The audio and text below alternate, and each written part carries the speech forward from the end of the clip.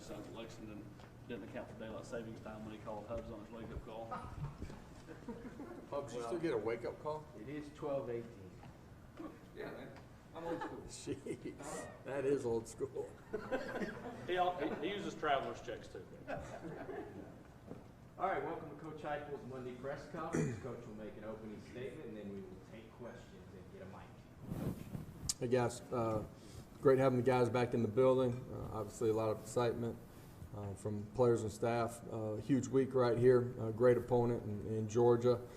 Excited to get going this week with these guys. Defensively, Georgia's playing as well as anybody in the country. Personnel's really strong. All three levels of the defense and offensively, playing really efficient football. Quarterbacks making plays and their play action pass guy do a great job having your eyes on your key. And they're extremely physical up front and can run the football. So huge test for us, one that we're really excited about. Great to be back home. It's been a long time since we've gotten a chance to play inside Neyland Stadium. Expect a great environment back home and looking forward to the opportunity to play well and go compete together. So with that, I'll open it up. Questions?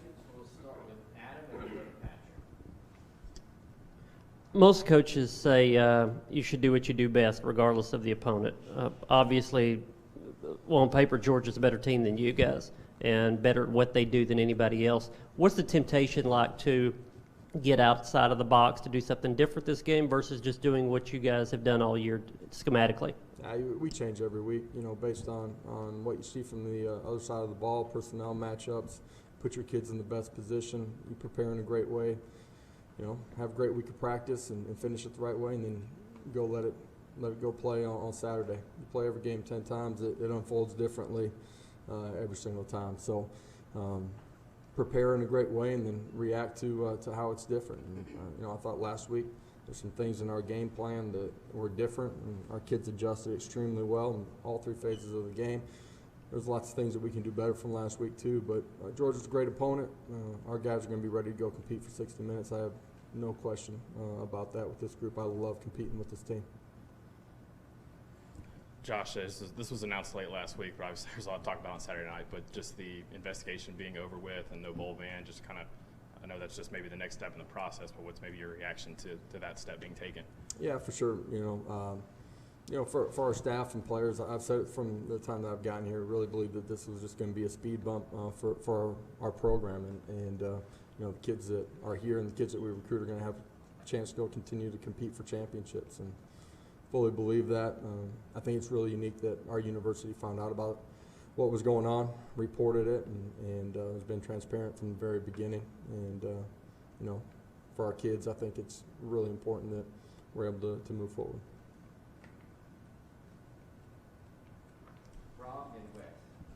Coach, so much was made Saturday night about the time of possession discrepancy. Do you care about that at all? I mean, when you scored 45 points in 46 plays, do you even think about it? Say that last. You scored 45 points in 46 plays. When you do that, do you care about time of possession at all in regards to the rest of your defense? I think you care about time of possession in the situation where it matters. When it's time to drain the clock, then it's important that you're able to do that and play situational football end of halves, end of ball games. The score predicated that you continue to play the way that you're able to play. The other night, it's just a really unique way in which the game unfolded, right? I don't know, there's 2 touchdowns in 4 plays maybe. We got a huge play down the sideline with Jalen on play 6, I think, and end up fumbling the ball. Just the way the game unfolded for us offensively was really unique with all the explosive plays that quickly in the football game. And then vice versa, defensively, they were pounding the football and getting, small chunks, 3s and 4s and 5s and converting on 3rd down where, the time of possession just became what it was in the first half in particular. Josh, has anything about Hendon Hooker, either as a player or a person, sort of surprised you? I know that, he's been here, I guess, as long as since you've been here on day one, but anything that's sort of surprised you about him? No, I just think what's striking about him is his maturity on and off the field and just the way that he handles himself as a person, and then that factors into how he prepares and handles, positives and negatives during the course of a given day, a practice, a game. I think the thing that's striking to me, and you don't know it until you're with them in those environments, is just the competitive nature of him, and I think you guys can see that in the way that he plays. Austin and Vance. Much like as a coach, you can use playing freshmen early as an indicator for when you're recruiting other kids. Do you feel like you guys will be more attractive with portal kids just because you're able to show them, hey, Brandon Turnage was SEC Defensive Player of the Week. Javonte Payton's caught 6 touchdowns in the last 7 games. Obviously, Hendon speaks for itself, but there are several guys that came from the portal that weren't here, when you got here, that are a big part of why you guys are having success. Yeah, Kamal Haddon, too, the way that he's played. The guys that have come here to restart their careers in some ways have found a bunch of playing time and a bunch of success. I think it speaks to the culture that we're building with the guys that have been here the entire time, foundation of who we are and what we are inside of the locker room, the accountability and demand from each other that they're going to do things the right way. But then I think it speaks to what we're doing schematically and our coaching staff, being able to get the best out of their players and put them in a position of success. Josh, with the pace you guys go on offense, how does the administrative work with communication for potential replays, especially if it's something that maybe doesn't go your way offensively, with all things considered, you want to keep that tempo as well? Yeah, if you feel like there's something that is important and has a chance to be replayed, you typically slow down in those situations to give those things an opportunity to happen. That's guys on the field that see something. That's guys up in the press box that see something too. Coach, after Alontae Taylor's touchdown, you had a celebration with him right by the end zone. How valuable is just a veteran player like that, especially for a rivalry game? Yeah, Alontae got up quicker than I did and out-jumped me on that one. So I've gotten him a few times on the practice field. I think it's important that you celebrate great moments with them. You want your kids to play with great energy and passion. As a coaching staff, then you better have that too and enjoy those moments. Huge play by him. Changes the way the game unfolds the rest of the way. Great decision and the game within the game, making it look like a soft corner, then rolling late, seeing the hands separate from the quarterback. Huge play by him and those are great moments.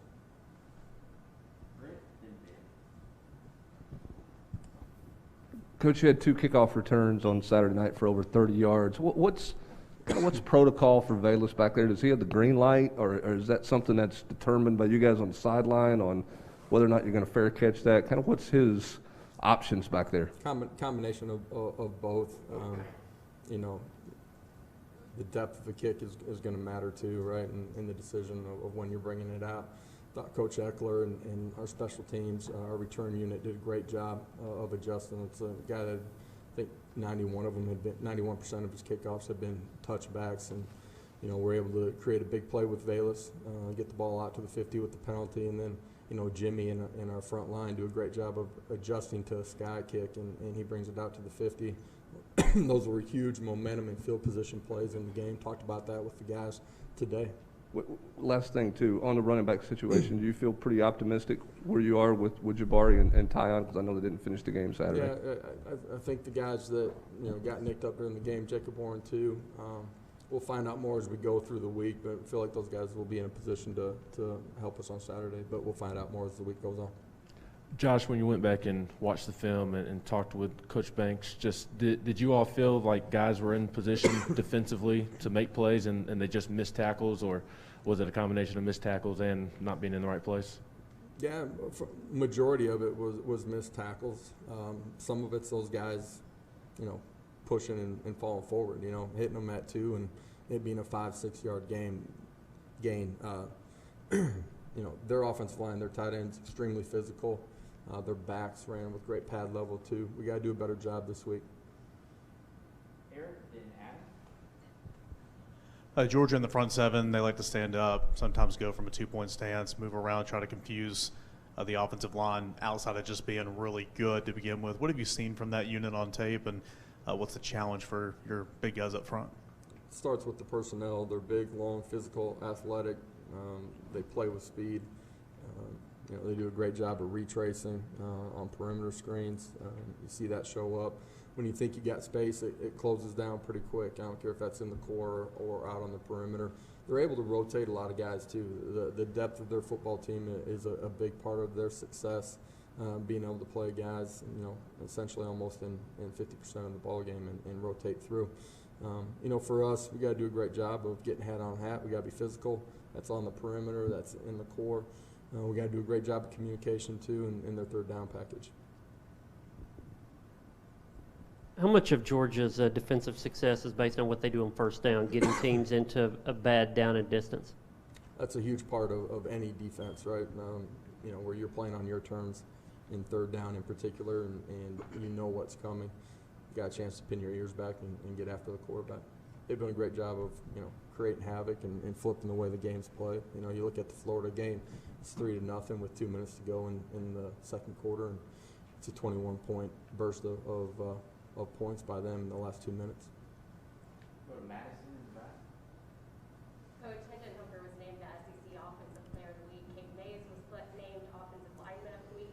When you look at what Mays was able to do, he played every single snap, didn't allow any pressure on Hendon Hooker. How much of Hooker's success would you contribute to Mays in the offensive line? Yeah, if a quarterback's playing well, there's 10 other guys around him doing their job at a really high level. It starts with the front five. Cade has continued to get better, in my opinion, as the season has gone along. I know he missed a couple of weeks in the middle part of it, but he continues to get better and better every single week. Getting him back last week was a big part of our success. Congratulations to him on the individual recognition, well deserved. And at the same time, Hendon, I think being decisive, understanding your reads, getting the ball out on time, you get a chance to help cover things up too when it's not right, and some of his scrambles, and so those two things play off of each other.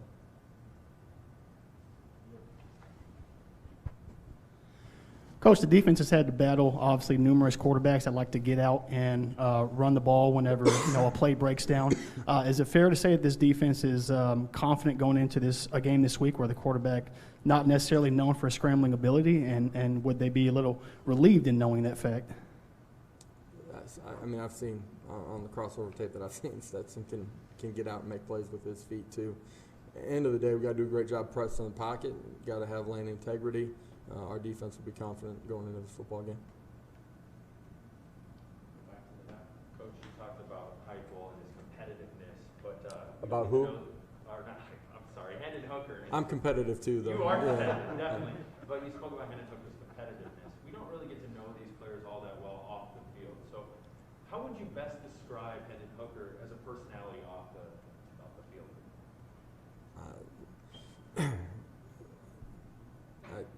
I know this when he's in the building, because I'm not with him a ton outside of it, right? But in the building, highly competitive. Is a great leader for us.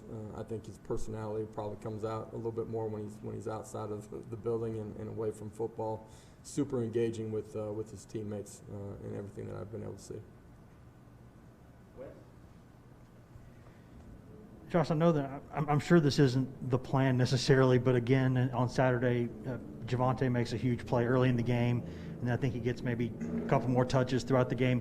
Are things still just flowing the other way after that, or how's that happening? Just the way it unraveled, the way the game ended up being played. That first play, it's a great play by Javonte, making the guy miss in space and taking it the distance. Showed it to the team today. Princeton Fant and Bayless Jones, the perimeter blocking, the strain, not just being a hat on a hat, but straining and creating that space gives Javonte the opportunity to make the safety miss. It creates the space that's needed there. Javonte did a really good job the other night. We'll continue to. He's a guy that's not getting balls, in this third quarter, fourth quarter on purpose. It's just the way the game's unfolded. Some of that's just, coverage and where the ball's, predicated to go off of that. Georgia offensively, very efficient. They got about 5 guys that carry the ball routinely. And what are the challenges going up against that offense, and specifically potentially seeing 2 quarterbacks? It starts for them up front, physical tight ends, physical offensive line, really good depth and athleticism and physicality from the running back position. And then their, tight ends being able to be a big part of the passing game and play action pass. Good perimeter players too, and a quarterback that's playing super efficient. You got to defend it all. It's not just one thing. You got to be able to hammer the run game though, and try to get them off schedule and get off the field on third down. Coach, you guys got Elijah Simmons back on the defensive line in that game. It looked like he maybe made a little bit of a difference against the run when he was in there. Just how important was that, and how much you guys need him moving forward? Yeah, great to have him back in a position where he can go play. For him, when he's able to go, he's got the ability to dent things, in particular on first and second down, and change the track for the running back and change the line of scrimmage. You saw that during the course of the ball game when he was in there. All right, thank you. Players shortly. Of note, the South Alabama game is just got announced, 7:30 ESPN. Guys, have a great day. Thanks.